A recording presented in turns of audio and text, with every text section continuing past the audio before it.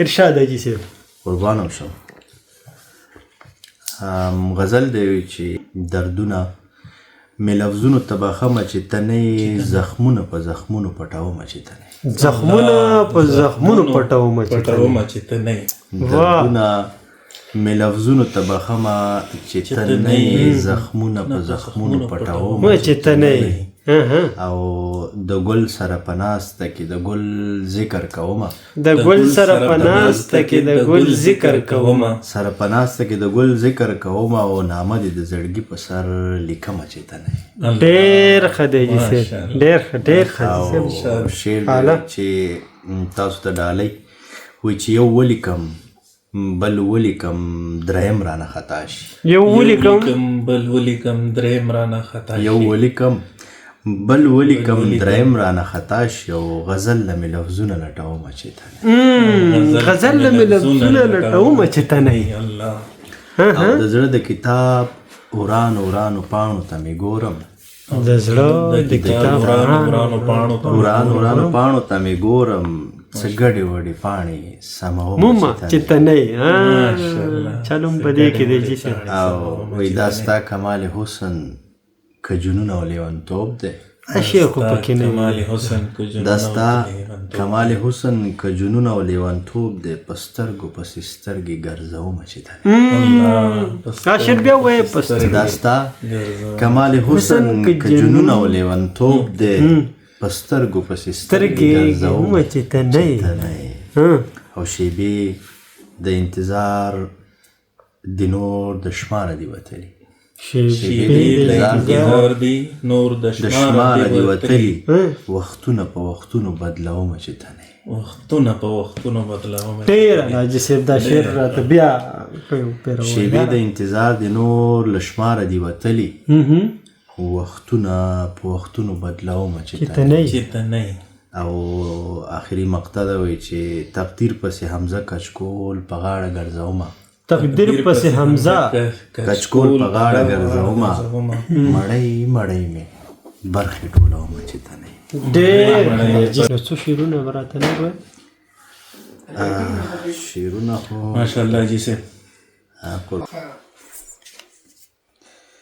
نه پوهېږم چې کوم غزل ځه تاسو بل ووایه ځه دغه ته ووایه څو شعرونه دته یو څو شعرونه ووایه ملا پرېږده د جنت خبرې پرېږده ملا پرېږده د جنت خبرې پرېږده د دنیا ژوند مو دوزخ دی او عذاب دی ملا پرېږده د جنت خبرې پرېږده د دنیا ژوند مو دوزخ دی او عذاب دی په بارودو مو د تن غوښې لمبه شوې په بارودو مو د تن غوښې لمبه شوې په دې جنګ کې د پښتون بچی کباب دی په دې جنګ کې د پښتون بچی کباب دی د جهاد فتوې خو ستا بچو له نشته بالکل مولانا صاحب ته دا ډالۍ بچو له نشته د پردي بچي وژنه کې ثواب دا شعر بیا وایه د جهاد فتوې خو ستا بچو له نشته د پردي بچي وژنه کې ثواب دی چې کتاب قلم ټوپک باندې بدل کی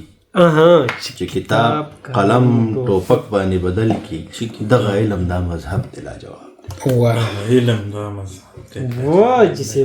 غزل دی وی چې ارشاد حساس یم سهیل خان واوره حساس یم مغرور یم زه شور نه خوښوم دا دیګ یو شعر به مخې ته راځي حساس یم مغرور یم زه شور نه خوښوم پښتون یم زورور یم د چا زور والله حساس یم مغرور یم زه شور نه خوښوم پښتون یم زورور یم د چا زور نه خوښوم او جماعت کې په مولا پسې اول صف کې ودرېږم جماعت کې په مولا پسې اول صف کې ودرېږم خو خوا کې مې اوږه په اوږه رور نه خوښوم ډېر ښه دی دا جي صاحب دا ووایه یو 50 پیرې ووایه په مولا پسې اول صف کې ودرېږم خو خوا کې مې اوږه په اوږه رور نه خوښوم ډېر ښه شعر دی یار او دا شعر واورئ دا ډېر ښکلی شعر دی وایي چې په حج او په عمرو کې رانه څوک مقدم نشته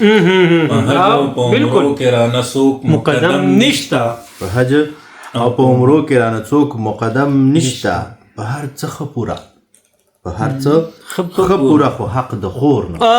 الله دا شعر بیا وای دا ننسب دا جسب تړلې عکاسي په عمرو کې رانه څوک مقدم نشته په حج او په عمرو کې رانه څوک مقدم نشته په هر څه ښه پوره خو حق د خور نه خوښومه.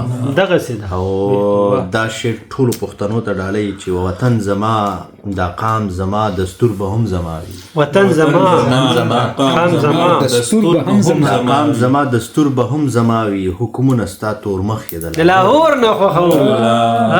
منستا تورمخ د لاهور پوزې لې راوستې. او ساده باده شډل بدل د غرونو پاک سړی یم.